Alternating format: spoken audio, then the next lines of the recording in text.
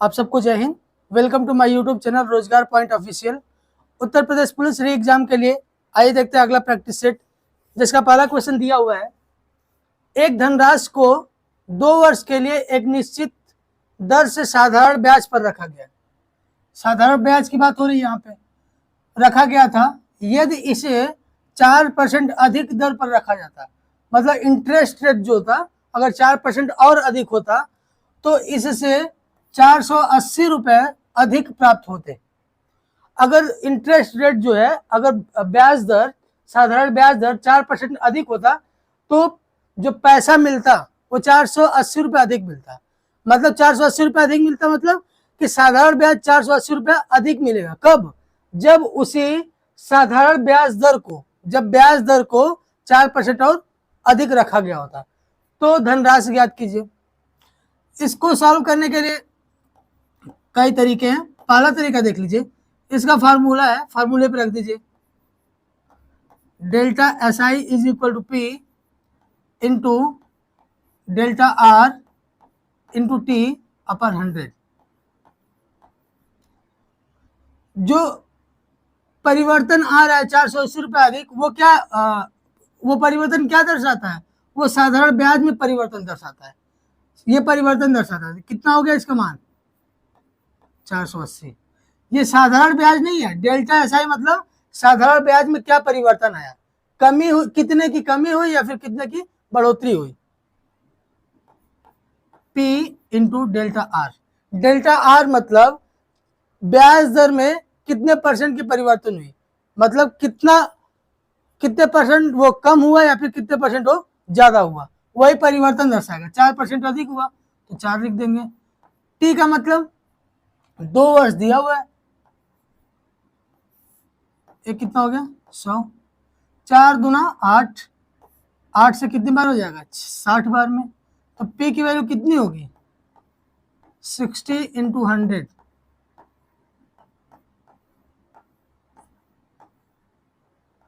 6000। ये ऑप्शन सही है। इस फार्मूले पे कर लेंगे, बहुत आसानी से आ जाएगा। दूसरा तरीका देख लीजिए। ये पहला तरीका था, फार्मूले पे याद रखिएगा। ये अक्सर क्वेश्चन आता है। ये आया हुआ भी, इस तरह का क्वेश्चन आया हुआ है आपके UP police previous year paper आप उठाएंगे तो आप देखेंगे इस तरह का क्वेश्चन आया हुआ है। दूसरा टाइप क्या है? Second type.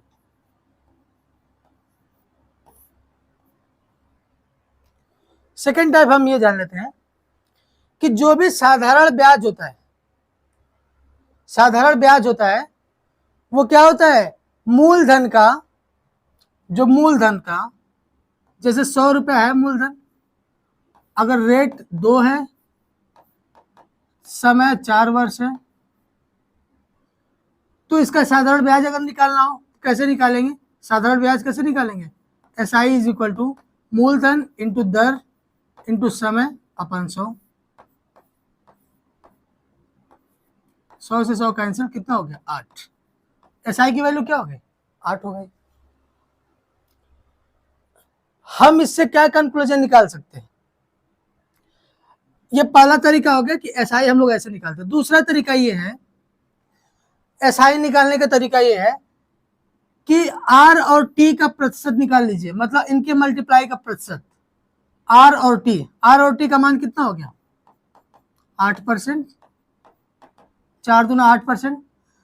जब आर और टी का गुणनफल निकाल लिए तो क्या करना है? अब जो मूलधन दिया हुआ है उसका उतना परसेंट निकाल लीजिए।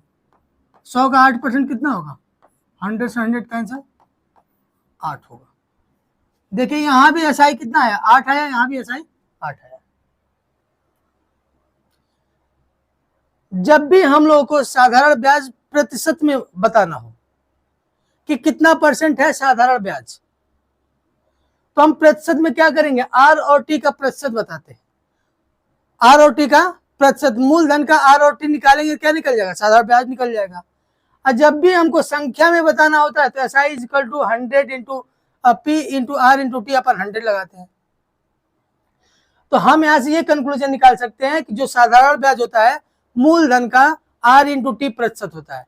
मतलब R इंटू टी प्रतिशत अगर 6% है तो वो मूलधन का कितना परसेंट होगा? 6% होगा, यानी साधारण ब्याज मूलधन का 6% होगा। तो वही चीज हम यहाँ पे अप्लाई करेंगे कि बोल रहा है कि अगर 4% अधिक दर पर रखा जाता है, कितने वर्ष के लिए? 2 वर्ष के लिए, तो 480 रुपया अधिक मिलता है। ये जो 480 रुपया अधिक मिल रहा है ना, ये किसकी वजह से अधिक मिल रहा है? 4% की वजह से। 4% की वजह से कितने वर्ष के लिए रखा गया? 2 वर्ष के लिए रखा गया। तो जो 480 की वैल्यू है वो आरटी का परसेंट है, 4 दूना 8% का मान। जब भी साधारण ब्याज की बात होगी तो हमेशा से मूलधन को क्या मानेंगे? 100% मानेंगे। मूलधन को क्या मानेंगे? 100%। मूलधन निकालना 100% होगा। ये कितना हो गया? 60 बार में जाएगा, यानी कि 6000। ये ऑप्शन सही होगा। अगर यहीं पे कोई पूछ दे 2 वर्ष के बाद मिश्रधन क्या होगा, इसी क्वेश्चन में बढ़ा दे, धनराशि ज्ञात कीजिए तथा मिश्रधन ज्ञात कीजिए, तो हम लोग इस तरीके से भी कर सकते हैं।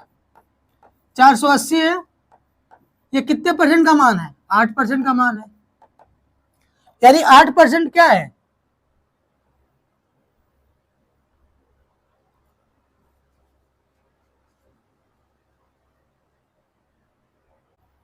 अगला क्वेश्चन देखते हैं। एक ठोस लंब वृत्तीय बेलन का व्यास 20 सेंटीमीटर और ऊंचाई 8 सेंटीमीटर है, तो उसका आयतन ज्ञात कीजिए। बेलन क्या होता है?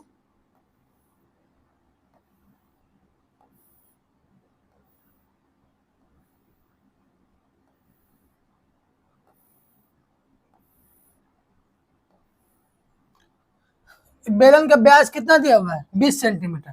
तो त्रिज्या क्या होती है? व्यास की आधी होती है। त्रिज्या कितनी हो गई? 10 सेंटीमीटर। और इसका ऊंचाई कितना दिया हुआ? 8 सेंटीमीटर दिया हुआ। तो इसका आयतन ज्ञात करना है, बेलन का आयतन ज्ञात करना है। तो आयतन क्या होता है बेलन का?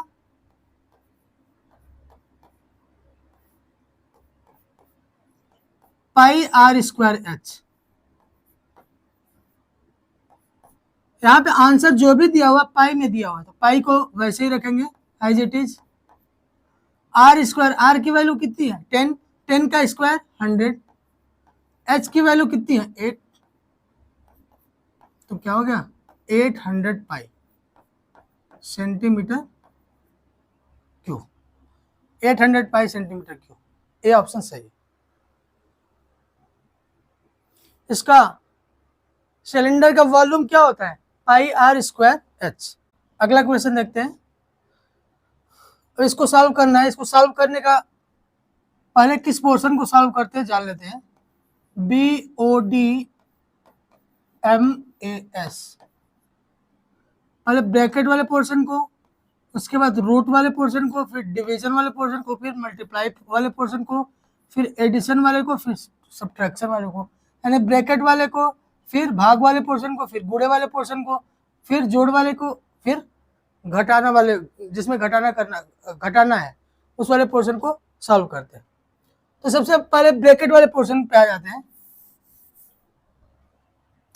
ब्रैकेट वाले पोर्शन पे ये क्या है? 7/16, 7/16 हो गया। 10 दूना 20, 21। ऑफ मतलब होता है गुणा। तो जब डिवीजन दिया और ऑफ दिया तो सबसे पहले ऑफ वाले पोर्शन को क्या करते हैं? सॉल्व करते हैं। जब डिवीजन दिया हो, ऑफ दिया हो, तो ऑफ वाले पोर्शन को सबसे पहले सॉल्व करते हैं। ऑफ मतलब होता है गुणे। 7 पे से 35 है 36। इस पोर्शन को पहले सॉल्व कर लीजिए। ये कितनी बार में कटेगा? अब इस पोर्शन पे आइए, इनको मल्टीप्लाई कर लीजिए 7/16, क्योंकि ये वाला पोर्शन एकदम सॉल्व होना चाहिए, उसके बाद ही इस पोर्शन पे आएंगे। 8, 18 दूना 36, 1 37/5। इस वाले पोर्शन का मान इतना हो गया। अब इसको और सॉल्व कर लेते हैं। ये डिवीजन है, इसको मल्टीप्लाई में अगर कन्वर्ट करना है तो नीचे वाले को ऊपर और ऊपर वाले को नीचे। 5/378। अब देखिए, अब इस पोर्शन पे आते हैं। अब आगे क्या दिया हुआ है, इंटू 5 या 15 दिन 18/5।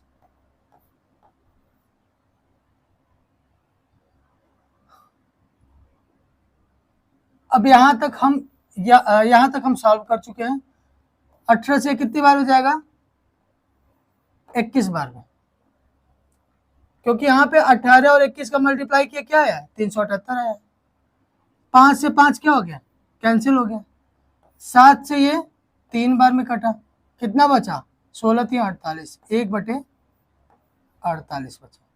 ये वाला पोर्शन कितना हो गया, यहाँ से यहाँ तक 1/48। यहाँ से यहाँ तक कितना हो गया, 1/48। यही तो सॉल्व किए हैं। उसके बाद क्या है यहाँ पे, -4/3 इंटू 9/8, ये 1/2 प्लस 3/4। अब यहाँ पे देखते हैं ये कितने बार में कटेगा, 2 बार में। ये 3 से 9, 3 बार में। 1/48 माइनस ये 3/2। अब ये डिवाइड है, यहाँ पे इसको मल्टीप्लाई में वो कन्वर्ट करना, तो क्या करना होगा, इसको मल्टीप्लाई में कन्वर्ट करके नीचे वाला ऊपर चला जाएगा और ऊपर वाला नीचे चला जाएगा। प्लस 3/4, 2 से 2 क्या हो गया, कैंसिल हो गया। तो 1/48 माइनस 3 प्लस 3/4, एलसीएम ले लेंगे, कितना आएगा, 48 आएगा। ये कितना बचा, 1 माइनस 38 यानी कि 144 प्लस 12×36 -7/,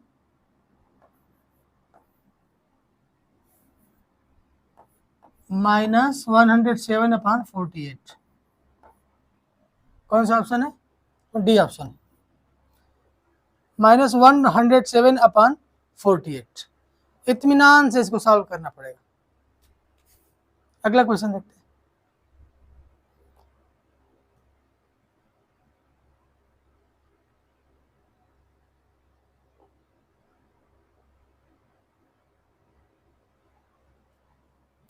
दिया 15 सेंटीमीटर भुजा वाले एक वर्ग के विकर्ण का उसके भुजा से अनुपात ज्ञात कीजिए। जान लीजिए वर्ग होता क्या है।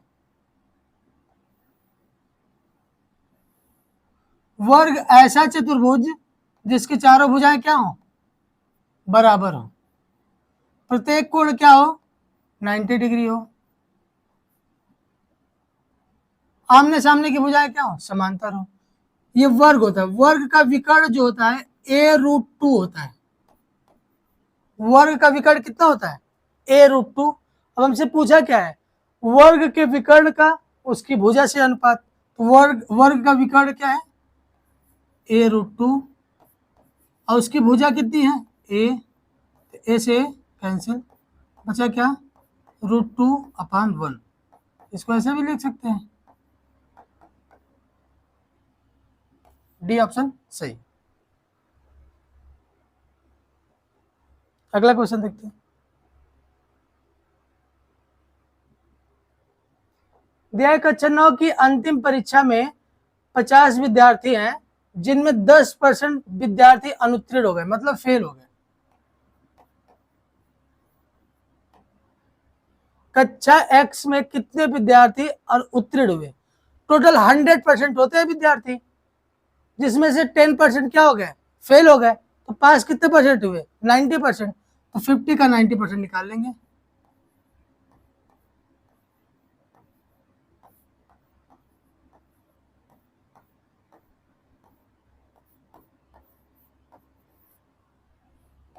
बी ऑप्शन सही।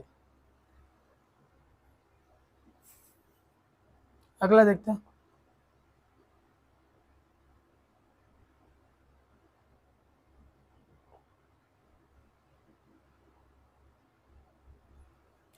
5 अंकों की सबसे छोटी संख्या कौन सी है जो 21, 35 और 56 से पूरी तरह विभाजित है, विभाज्य मतलब विभाजित हो जाएगी।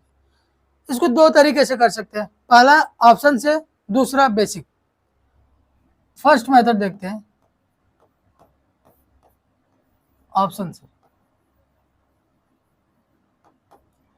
5 अंकों की सबसे छोटी से छोटी संख्या ज्ञात करना, छोटी से छोटी संख्या। अब हम ऑप्शन से आते हैं, इनमें जो संख्या है ना वो 21 से भी विभाजित है, 35 से भी है और 56 से भी विभाजित है। अगर कोई संख्या इनसे विभाजित है तो निश्चित तौर पर वो संख्या इनके गुणनखंड से भी क्या होगी, विभाजित होगी। जैसे 21 है, 21 के फैक्टर क्या होंगे, 7 होगा और 3 होगा।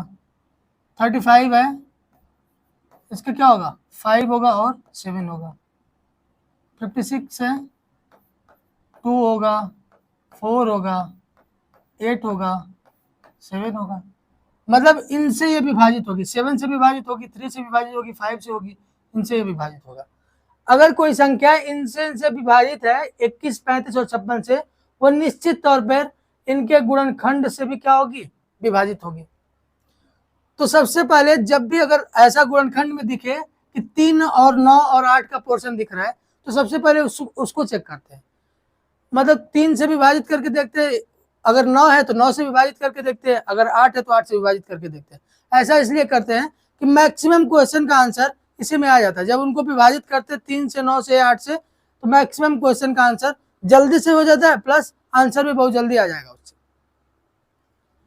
क्योंकि उसका डिविजिबिलिटी का रूल बहुत आसान भी है, तो जल्दी से आंसर उसका आ जाएगा। तो सबसे पहले हम 3 से चेक करते हैं, कौन सी ऐसी संख्या 3 से कटेगी। तो वो संख्या 3 से कटेगी जिनके अंकों का योग कितना हो, 3 हो। तो यहाँ पे अंकों का योग कितना है, 1 है। यहाँ पे अंकों का योग कितना है, 4 1 5 है। यहाँ पे अंकों का योग कितना है, 9 1 10 2 12। और यहाँ पे अंकों का योग कितना है, 9। तो क्या 1 3 से कट रहा है, नहीं, तो ये ऑप्शन गलत हो गया। 5 3 से कट रहा है, नहीं, ये ऑप्शन गलत हो गया। 12 कट रहा है, 9 कट रहा है इसमें। अब हम क्या दूसरा पोर्शन लेंगे, मतलब अब दूसरी संख्या से काट के देखेंगे, क्या ये 8 से कटेगा। कोई संख्या 8 से तभी विभाजित होगी जब उसके लास्ट के 3 अंक 8 से विभाजित हो जाए। ये लास्ट के 3 अंक हैं, 8 से भाग देंगे, 8 1 8, 1 बचेगा, 12 बचा, 8 1 8 बचे 40, विभाजित हो जा रहा है। क्या ये लास्ट के 3 अंक 8 से विभाजित है, हाँ, 10 बार में चला जाएगा। तो 8 से भी सेटिस्फाई हो जा रहा है। क्या 5 से विभाजित होगा, 5 से विभाजित होने के लिए क्या चाहिए, लास्ट में या तो 0 हो या फिर लास्ट में 5 हो, या तो लास्ट में 0 हो या फिर लास्ट में 5 हो। हम 7 से भी चेक कर लिए, 7 से नहीं चेक किए अभी, 3 से चेक कर लिए, 5 से चेक कर लिए, 8 से चेक कर लिए। कोई संख्या 2 से कब विभाजित होगी, लास्ट का या तो 0 हो या फिर लास्ट का 2 का मल्टीपल हो, या 2 से कट जाए। अब बचा है 7, 7 से चेक कर लेते हैं। 7 से ये कितनी बार हो जाएगा, एक बार में। बचा कितना, 3, 7 5 35, 4 बचा, 7 6 42, 7 से कट जा रहा है। 7 से ये 14 7 98, 2 बचा, 7 4 28 कट जा रहा है। ये दोनों ऐसे हैं जो क्या करते हैं, इन सारे जो क्राइटेरिया, जो सारे शर्त जो है, उनको सबको क्या करते हैं, फॉलो करते हैं। अब हमको चुनना क्या है कि छोटी से छोटी संख्या। तो इन दोनों में छोटा कौन है, 10,080 में एक, ये 10,080 है और ये 10,920 है, तो 10,080 क्या है, छोटा है, तो ये आंसर हो जाएगा। हम चुनेंगे इन दोनों में छोटा कौन सा है, क्योंकि ये सारे कंडीशंस को सेटिस्फाई ये भी कर रहा है, ये भी कर रहा है। तो इन दोनों में चुनेंगे छोटा कौन सा है, छोटा 10,080 है और ये 10,920 है, ये बड़ा है, तो हमको छोटा से छोटा चुनना है। तो डी ऑप्शन क्या हो जाएगा, सही हो जाएगा। दूसरा तरीका हम आपको बता रहे हैं कैसे बेसिक से कर सकते हैं। ये पहला तरीका था, दूसरा तरीका, सेकंड मेथड।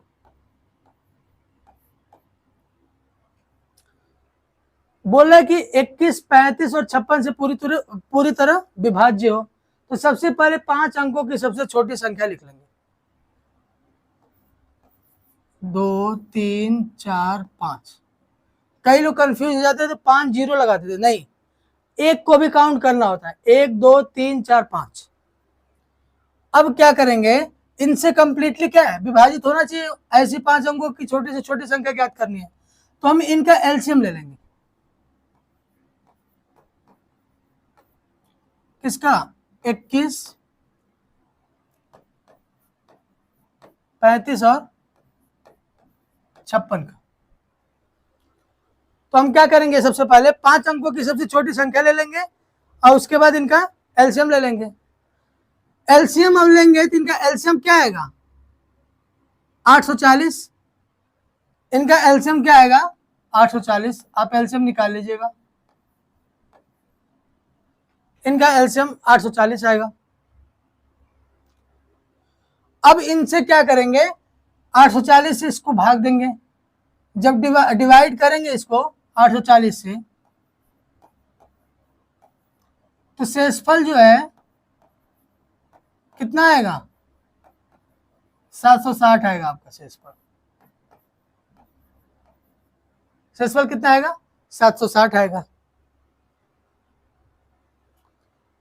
अब हम क्या करेंगे, जो शेषफल आ रहा है, जैसे 10,000 ये हो गया, जो शेषफल आ रहा है अगर हम इनको घटा दें तो ये संख्या 5 अंक की नहीं रह जाएगी, 4 अंक की हो जाएगी। ये संख्या 5 अंक की न रहकर क्या हो जाएगी, 4 अंक की हो जाएगी। हमको क्या चाहिए, 5 अंक की संख्या, तो ये 4 अंक की हो जाएगी। तो शेषफल हमारा जो 760 आ रहा है, अब इस 5 अंक की संख्या में हम घटा नहीं सकते, तो इसमें जोड़ देंगे। क्या जोड़ेंगे, जो जिससे हम भाग दे रहे हैं उसमें से इसको घटा देंगे, जो आएगा वही पोर्शन क्या कर देंगे, जोड़ देंगे। ये कितने, इसका आंसर ये 840 में 760 गया 80, तो 180 क्या हो गया, आंसर हो गया। इसमें घटा नहीं सकते, घटा देंगे तो क्या होगा, संख्या 5 अंक की न होकर 4 की हो जाएगी। हमको 5 अंक की संख्या चाहिए, तो इसमें हमको जोड़ने के अलावा हम घटा नहीं सकते इसमें। तो क्या जोड़ना होगा इसमें, शेष जो भाग जिससे भाग किया जा रहा है 840, उसमें से शेषफल को घटा देंगे, जो बचेगा वही इसमें क्या कर देंगे, जोड़ देंगे। अगला क्वेश्चन देखते हैं। ए और बी एक व्यवसाय में 3 और 5 के अनुपात में कुछ राशि निवेश करते हैं। 6 महीने के बाद सी व्यवसाय में बी के बराबर निवेश करके जुड़ जाता है। वार्षिक लाभ को ए, बी और सी के बीच किस अनुपात में साझा किया जाना चाहिए। देखिए, ये लाभ को जो है किस अनुपात में साझा करना होता है, ये उनके निवेश पे डिपेंड करता है। वो अपना निवेश कितना किए हैं और कितने समय के लिए किए हैं। देखिए, लाभ का अनुपात कैसे बढ़ता है, ए का कैपिटल इंटू ए का समय, कितने समय के लिए वो क्या किया, इन्वेस्ट किया है। बी का कैपिटल इंटू बी का समय, सी का कैपिटल इंटू सी का समय। ये ए का प्रॉफिट, बी का प्रॉफिट और सी का प्रॉफिट। इनके लाभ का अनुपात इस रूप में क्या होता है, बढ़ता है। देखिए, यहाँ पे दिया हुआ है ए और बी के इन्वेस्टमेंट यानी कि निवेश का अनुपात 3 और 5 दिया हुआ है। ये 3 का अनुपात हो गया, ये 3 का इन्वेस्टमेंट हो गया, और ये ए का इन्वेस्टमेंट हो गया 3, अब बी का इन्वेस्टमेंट 5 हो गया। बोल रहा है कि 6 महीने के बाद सी व्यवसाय में बी के बराबर निवेश करके जुड़ जाता है। तो जो सी का निवेश है वो बी के बराबर है। वार्षिक लाभ को यानी 1 वर्ष के लाभ को, अब देखिए इन लोग का समय कैसे डिसाइड करेंगे। 1 वर्ष के लाभ की बात कर रहा है, वार्षिक लाभ की बात कर रहा है। यहाँ पे एक ही लोग के समय का मेंशन किया है, किसका, 6 महीने के बाद सी, यानी सी कितने महीने काम किया, 6 महीने, बाकी लोग कितने महीने काम किए, 12 महीने। जब तक न दिया जाए कौन कितने महीने काम किया है, तब तक उसका 12 मानेंगे। यहाँ पे ए और बी का दिया हुआ है कि कुछ भी नहीं दिया हो, कितने महीने काम किया, यानी कि वो 12 महीने तक काम किए। यहाँ पे सी का क्लियर दिया हुआ है कि 6 महीने के बाद व्यवसाय में बी के बराबर निवेश करके जुड़ जाता है। तो इनके लाभ का अनुपात क्या होगा, PA PB PC। देखिए 6 से कैंसिल होगा एक बार में, 6 दूना 12, 6 दूना 12, 3 दूना 6, 10, 5। तो इनके लाभ का अनुपात क्या होगा? 6, 10 और 5। बी ऑप्शन सही होगा। दिया है दो संख्याओं का योग 35 है और इन संख्याओं का HCF और LCM क्रमशः 5 और 60 है। संख्याओं के व्युत्क्रम का योग कितना होगा? संख्या के व्युत्क्रम मान ले, पहली संख्या x है, दूसरी संख्या y मान ले, इनके व्युत्क्रम का योग, व्युत्क्रम मतलब 1/x प्लस 1/y। इनका एलसीएम लेंगे, क्या होगा? x इंटू वाई, ऊपर क्या बचेगा? x plus y. इसका मान हमको ज्ञात करना है, x प्लस वाई अपन x इंटू वाई। यहां देखते क्या दिया हुआ है, x और y का योग, दोनों संख्याओं का योग कितना दिया हुआ है? 35। और इन संख्याओं का HCF और LCM कितना दिया हुआ है? 60। हम लोग को एक फॉर्मूला पता है कि पहली संख्या यानी first number into second number is equal to LCM into HCF। तो फर्स्ट और सेकेंड कौन सी? पहली संख्या x है, दूसरी संख्या y है। LCM कितना दिया हुआ है? 60। HCF कितना दिया हुआ? 5। तो 60 इंटू 5 इज इक्वल टू 300। अब यहाँ पे x प्लस वाई की वैल्यू पता चल गई, x इंटू वाई की वैल्यू पता चल गई, तो यहाँ पे वैल्यू पुट कर देंगे। x प्लस वाई की वैल्यू 35, x इंटू वाई की वैल्यू 300। ये कितनी बार में? 5 7 बार में, 5 से ये 60 बार में, 7/60। 7/60 क्या होगा इसका आंसर? होगा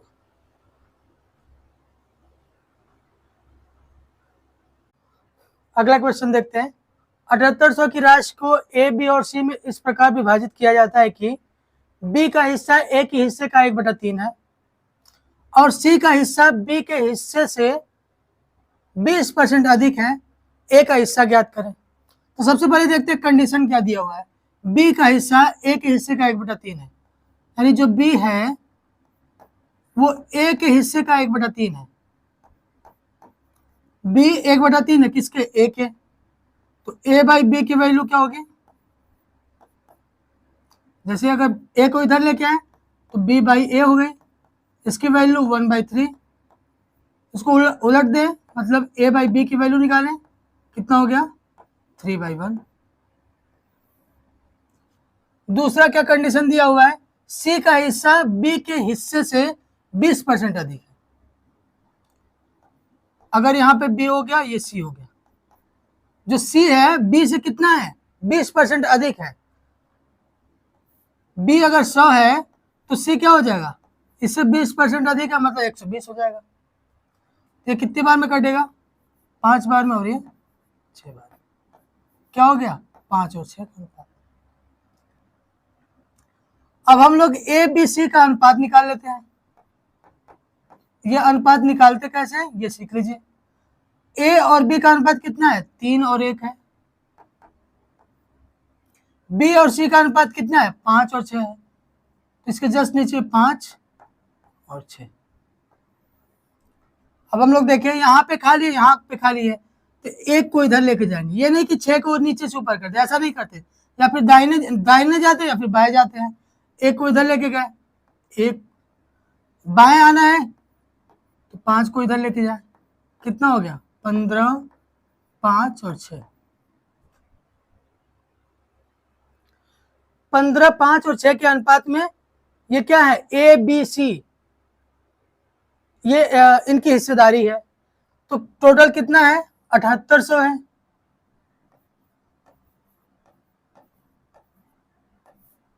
तो 15, 5, 20 से 26, तो 26 का मान कितना हो गया? 7800 हो गया। तो बोल रहा है ए का हिस्सा कितना है? 15। तो 26 से कितनी बार में कटेगा? 300। 15 या 45, ₹4500। कौन सा ऑप्शन? ए ऑप्शन सही।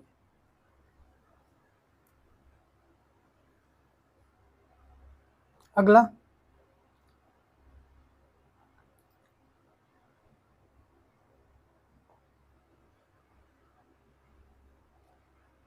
दिया हुआ है यदि किसी वस्तु का विक्रय मूल्य 900 है और छूट 40% है तो उसका अंकित मूल्य ज्ञात कीजिए। तो विक्रय मूल्य इज इक्वल टू क्या होता है?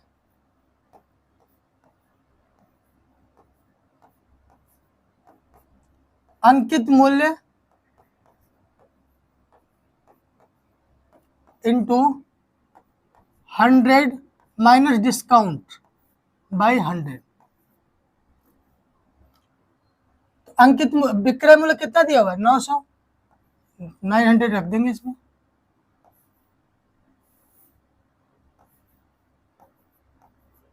अंकित मूल्य को x मान लेंगे इंटू डिस्काउंट कितना दिया हुआ? 40%। तो 100 में से 40 गया 60, 100। ये कितनी बार में कटा? 15 बार में। इसका इधर मल्टीप्लाई होगा। x की वैल्यू कितनी होगी? 1500। यानी अंकित मूल्य कितना हो गया? 1500। अगला क्वेश्चन देखते हैं।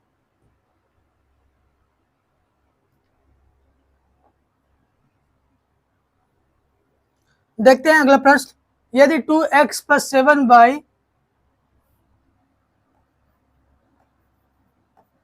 प्लस 7y अपान 4x माइनस 3y, इसकी वैल्यू कितनी है? 8/3। तो x और y का अनुपात ज्ञात करना है। तो ये दो तरीके से कर सकते हैं, या तो सॉल्व करें बेसिक से, या फिर ऑप्शन से रखें। ऑप्शन में x और y का मान रखें। तो ऑप्शन में देख रहे हैं इतना लंबा इतना बड़ा दिया हुआ है कि सॉल्व करते करते हालत खराब हो जाएगी। तो क्यों नहीं इसको बेसिक से ही करें, वो आसान रहेगा।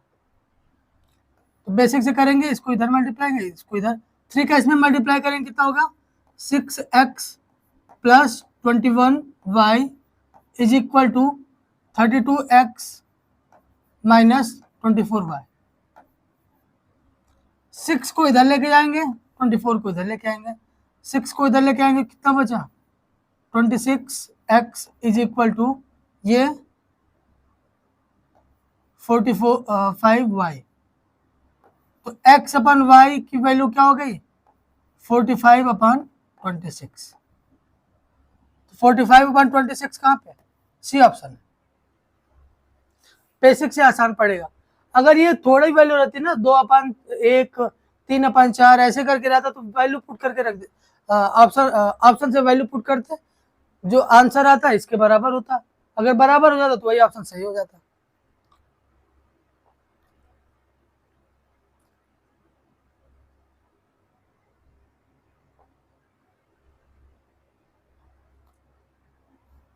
देखते हैं अगला क्वेश्चन।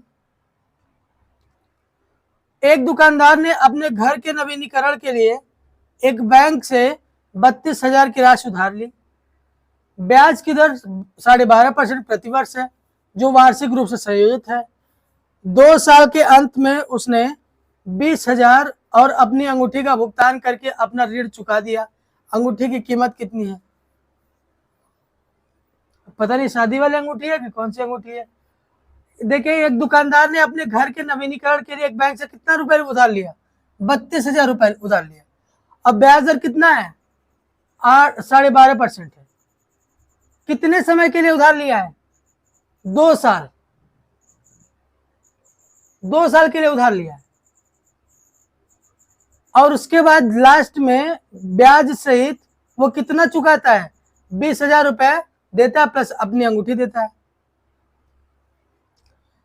तो हमको ज्ञात करना है अंगूठी की कीमत। देखिए, ये जो ब्याज दर दिया हुआ है 12.5%, इसका मान होता है 1/8। ये 1/8 मतलब ये मूलधन, और ये क्या है? ऊपर जो है ब्याज होता है। तो चक्रवृद्धि ब्याज में हमेशा से अगर 1 साल का मूलधन लिखेंगे तो 8 और 1 9, एक साल का मूलधन है और दूसरे साल का मिश्र धन है। अगर 2 साल का मूलधन लिखना हो तो इसका स्क्वायर कर देते हैं, 64 होगा और ये 81 होगा। ये 2 साल का मूलधन और 2 साल का मिश्र धन। 3 साल का अगर निकालना हो तो क्यूब कर देते हैं, 4 साल का निकालना हो तो 4 बार कर देते हैं। यहाँ पे क्या दिया हुआ है कि 32,000 रुपए की राशि उधार ली थी, यानी मूलधन कितना था 32,000।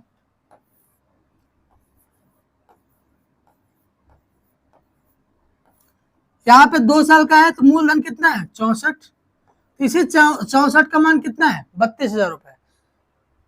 अब हमको क्या ज्ञात करना है कि लास्ट में देखिए वो अपना ब्याज सहित जो पूंजी लिए थे 32,000 और जो ब्याज हुआ वो दोनों चुकाने के लिए उन्होंने क्या किया 20,000 रुपए कैश दिया प्लस अंगूठी दी, यानी कि मिश्र धन ज्ञात करना है। तो 64 क्या है मूलधन, मूलधन दिया हुआ कितना 32,000, 64 का मान 32,000 हो गया। अब हमको मिश्र धन ज्ञात करना है, मिश्र धन क्या हो गया 81 हो गया। ये 64 से कितनी बार में कटेगा 500 टाइम में, तो कितना हो गया ये 0 0 5 40,500। मतलब 32,000 की राशि अगर उधार ली उसने तो लास्ट में 2 साल के अंत में कितना देना पड़ेगा 40,500 रुपए देना पड़ेगा। तो वो 40,500 रुपया किस रूप में चुका है, इसे 40,500 को ये 20,000 चुका है कैश दिए प्लस एक अंगूठी दे दिए, रिंग मान आर लिख दिए। अंगूठी का दाम देख लेते कितना है, इसको घटा देंगे तो 20,500 रुपए। उसकी अंगूठी की कीमत कितनी है 20,500। सी ऑप्शन सही है।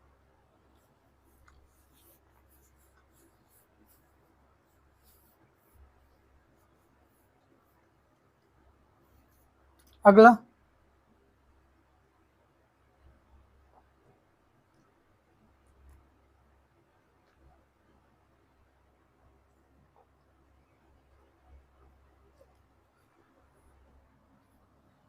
अगला क्वेश्चन देखते हैं।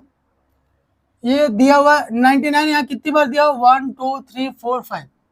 सबसे पहले एक कंसेप्ट समझ लीजिए, अगर दिया हुआ है 3 होल 1/2 इसको ये भी लिख सकते हैं 3 + 1/2।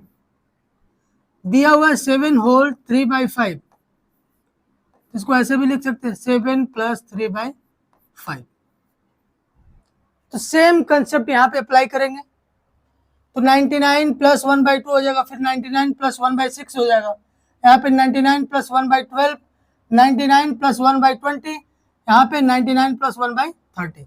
तो 99 कितनी टाइम आ रहा है 1 2 3 4 5, 5 टाइम क्या होगा 99 प्लस 1/2 1/6 1/12 1/6 1/12 1/20 1/30। ये कितना हो गया 495 हो गया, प्लस इन सब का एलसीएम कितना आएगा 60 आएगा। तो 2 से डिवाइड करेंगे कितनी बार हो जाएगा 30 बार में, यहाँ 30 हो गया। 6 से डिवाइड करें कितनी बार हो जाएगा 10 टाइम। 12 से डिवाइड करें कितनी बार हो जाएगा 5 टाइम। 20 से डिवाइड करें कितनी बार हो जाएगा 3 टाइम। 30 से इसको डिवाइड करेंगे 2 टाइम। ये कितना हो गया 30 10 40, 40 10 50, यानी 495। ये कितना हो गया टोटल 50 हो गया, यानी 50/60 हो गया ये इस इतने का मान। तो 0 से 0 कैंसिल, प्लस 5/6 बचेगा। इनका एलसीएम ले लेंगे कितना होगा 6, इसमें मल्टीप्लाई करेंगे 0 6 25 30 6 9 54 3 57 7 6 चौक 24 2 24 5 29 प्लस 5 2975/6 2975/6। ये ऑप्शन सही। देखते हैं अगला क्वेश्चन। 10,500 की एक धनराशि एक निश्चित वार्षिक साधारण ब्याज पर 2 वर्षों में 13,650 हो जाती है यदि ब्याज तिमाही आधार पर चक्रवृद्धि किया जाता है। यहाँ पे चक्रवृद्धि की बात कर रहा है, लेकिन यहाँ ऊपर क्या बोला है, साधारण ब्याज की बात किया। तो उसी दर पर वही धनराशि 1 वर्ष में कितनी हो जाएगी। तो देखिए सबसे पहले 2 वर्ष में कितना हो जा रहा है, 650 साधारण ब्याज है, तो 2 वर्ष का एसआई निकाल लेंगे हम लोग। सबसे पहले 2 ईयर का एसआई क्या होगा, इसमें से 13,650 में से 13,650 में से 10,500 घटा देंगे।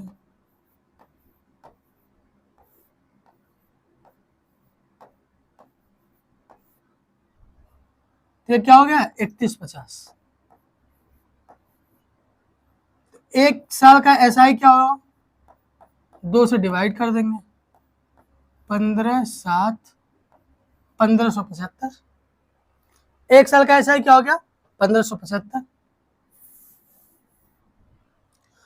अब हम लोग यहां से रेट ब्याज दर भी निकाल सकते हैं। कैसे, यहाँ मूलधन दिया हुआ है और 1 साल का एसआई दिया हुआ है, तो आर कैसे निकाल सकते हैं, जो 1 साल का ब्याज है वो अपान मूलधन कितना है, 105 इंटू 100, 0 से 0 कैंसिल, 105 कितनी बार में जाएगा, 15 25 75, 15 बार में। ये कितना परसेंट हो गया, आर की वैल्यू 15% हो गई। आर की वैल्यू कितने परसेंट हो गए, 15% हो गए।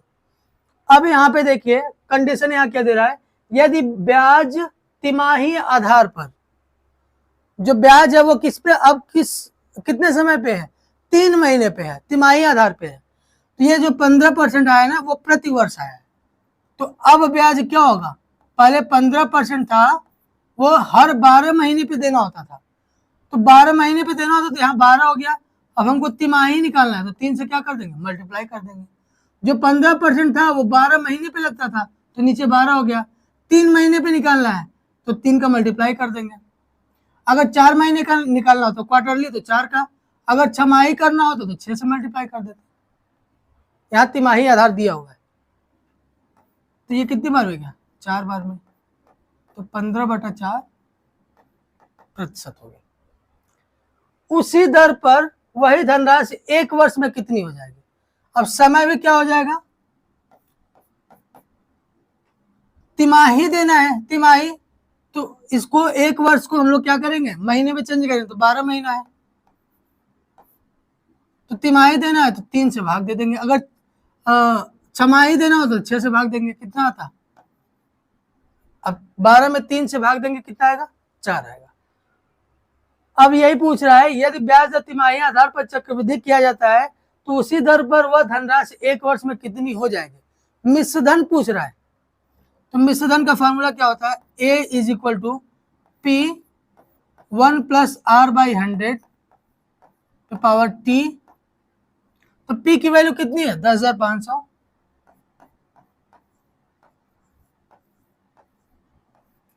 1 + R, R की वैल्यू कितनी है, 15/4, यानी कि 15 परसेंटेज हटाएंगे तो नीचे 100 आ जाएगा, 5 या 15, 5 8 40, 80 हो गया।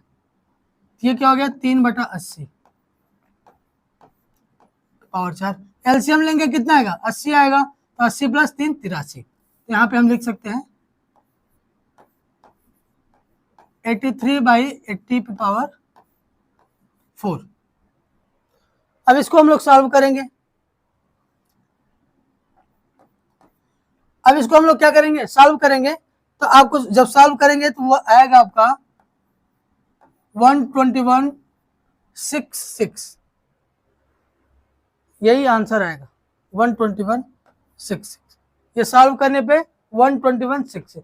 थोड़ा कैलकुलेशन है, थोड़ा सा यहाँ नीचे तो 0 से 0 सब कैंसिल हो जाएगा, दोनों 0 बचेगा, 2 0 और 8 4 बार बचेगा, वो काट के जो है सॉल्व कीजिएगा, आ जाएगा आंसर 12166।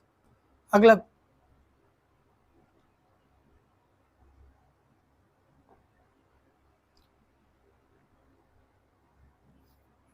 अगला क्वेश्चन देखते हैं। सी, डी और ई तीनों मिलकर किसी कार्य को 12 दिनों में समाप्त कर सकते हैं। सी की कार्य क्षमता डी की कार्य क्षमता से दोगुनी है तथा ई की कार्य क्षमता डी की कार्य क्षमता से 3 गुनी है। यहां पे देखिए, हम लोग सी, डी और ई लिख लेते हैं, इनकी कार्य क्षमता का अनुपात बना लेते हैं, या फिर ऐसे लिखें सी, डी, ई। यहां पे क्या दिया हुआ है, कार्य क्षमता का अनुपात हम लोग ले लें, सी की कार्य क्षमता डी की कार्य क्षमता से दोगुनी है। अगर डी की कार्य क्षमता ए मान लें तो सी की कार्य क्षमता क्या है, डी की कार्य क्षमता से दोगुनी है, तो ये 2 गुना हो गया, तथा ई की कार्य क्षमता डी की कार्य क्षमता से 3 गुनी है। यही ई की कार्य क्षमता डी की कार्य क्षमता से क्या है, 3 गुनी है। अगर डी 1 है तो ई कितना हो गया, 3 गुना हो गया।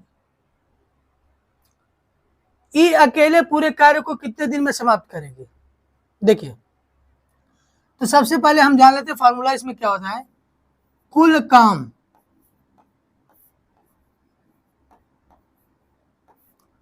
बराबर समय इंटू क्षमता।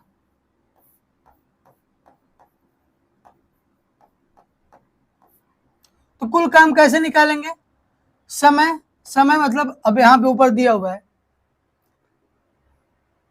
सी, डी और ई तीनों मिलकर किसी कार्य को कितने दिन में समाप्त कर सकते हैं, 12 दिन में। तो इनका समय कितना हो गया, 12 इंटू क्षमता मतलब अगर तीनों व्यक्ति कार्य कर रहे हैं 12 दिन में तो इन तीनों की क्षमता लिख लेंगे, 2, 3, 5, 1, 6, कितना हो गया 72, 72 हो गया। तो कुल काम कितना होगा, 72 हो गया, 72 हो गया। कह रहे कि ई अकेले उस कार्य को कितने दिन में समाप्त कर सकता है, कुल काम कितना है 72 है, समय पूछ रहा है, तब यहां से हम समय निकाल सकते हैं। समय क्या, टीई, यहाँ पे समय बराबर क्या होगा, कुल काम बटे क्षमता। तो कुल काम कितना है 72, क्षमता किसका ज्ञात करना है, मतलब क्षमता किसका लेना है इसमें, जिसका पूछ रहा है ई का। ई अकेले इस कार्य को कितने दिन में समाप्त कर सकता है, तो ई की क्षमता कितनी है 3, ये कितना हो जाएगा 24। ए ऑप्शन सही हो। अगला क्वेश्चन देखते हैं, एक व्यापारी नकद भुगतान पर 12.5% की छूट देता है, 20% का लाभ कमाने के लिए अपने सामान पर क्रय मूल्य से कितना प्रतिशत अधिक मूल्य अंकित करना चाहिए। जब इस तरह का प्रश्न दे, अगर 5% का छूट देने पर 20% का लाभ हो, 10% का छूट देने पर 40% का लाभ हो, इस तरह का प्रश्न दे तो हम एक अनुपात याद रखते हैं, वो रेशियो क्या होगा, क्रय मूल्य और अंकित मूल्य का।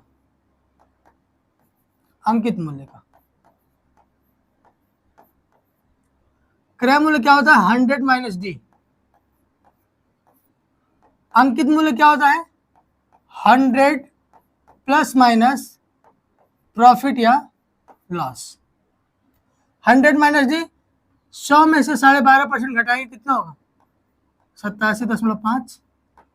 100 में अगर लाभ हो रहा है तो जोड़ देंगे, हानि हो रहा है तो घटा देंगे, ये कितना होगा 100 में 20 जोड़ेंगे 120।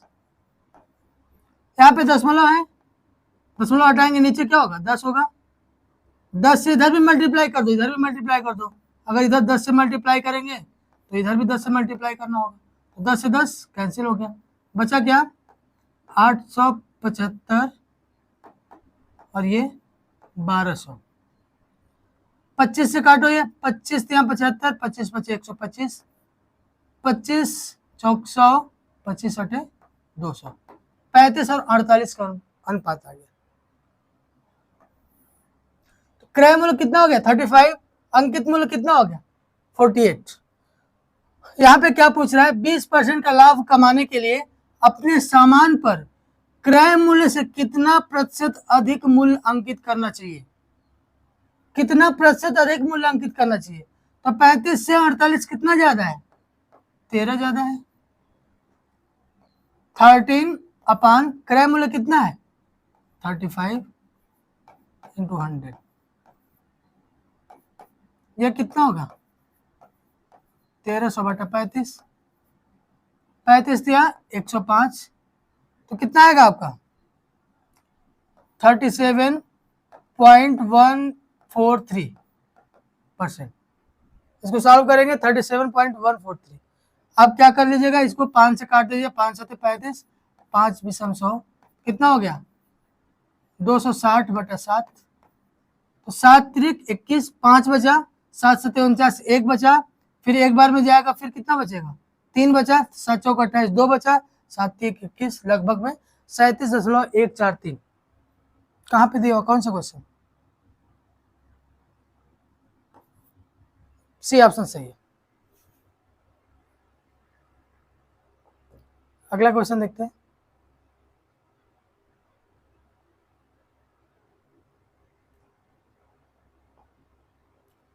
देखो, किसी वस्तु के क्रय मूल्य और विक्रय मूल्य का अनुपात 20 और 17 है, तो हानि प्रतिशत, यानी क्रय मूल्य मतलब जितने 20 में खरीद रहा है और कितने में बेच रहा है 17 में, तो कितने की हानि हो रही है 3 की। 20 में से 17 घटाएंगे 3 का है। लाभ और हानि किस पे ज्ञात करते हैं, क्रय मूल्य पे, तो क्रय मूल्य नीचे लिखेंगे और लाभ या हानि जो भी है उसको ऊपर लिखेंगे, इंटू 100। 20 से कितनी बार में जाएगा 5 बार में, 15% हो गया। डी ऑप्शन सही है। अगला क्वेश्चन देखते हैं।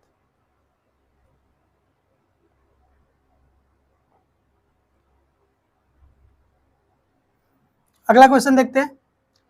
एक ट्रेन की गति 20 मीटर प्रति सेकंड है। यह एक खंबे को 10 सेकंड में पार कर सकता है। ट्रेन की लंबाई, एक ट्रेन है जिसकी लंबाई L है, एक खंबे को ये क्या कर सकती है 10 सेकंड में पार कर सकती है, लेकिन इसकी गति कितनी दी हुई है 20 मीटर पर सेकंड।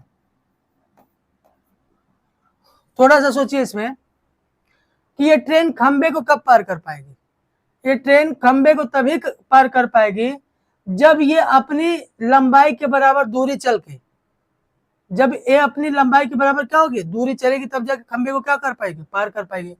जैसे यहाँ पे अगर ये बिंदु P है, तो ये बिंदु P जब L लंबाई चल के यहाँ पे पहुंचेगा, ये P बिंदु यहाँ पहुंचेगा, तभी तो खंबे को पार कर पाएगा। तो जब भी इसमें लंबाई लेंगे तो क्या लेंगे, ट्रेन की लंबाई लेंगे। तो ट्रेन की लंबाई यानी कि दूरी वही होगा L होगा, मान लेते ट्रेन की लंबाई L है, तो दूरी बराबर क्या होगा 4 इंटू समय, 4 कितना है 20, समय कितना है 10, 200 मीटर। बी ऑप्शन सही।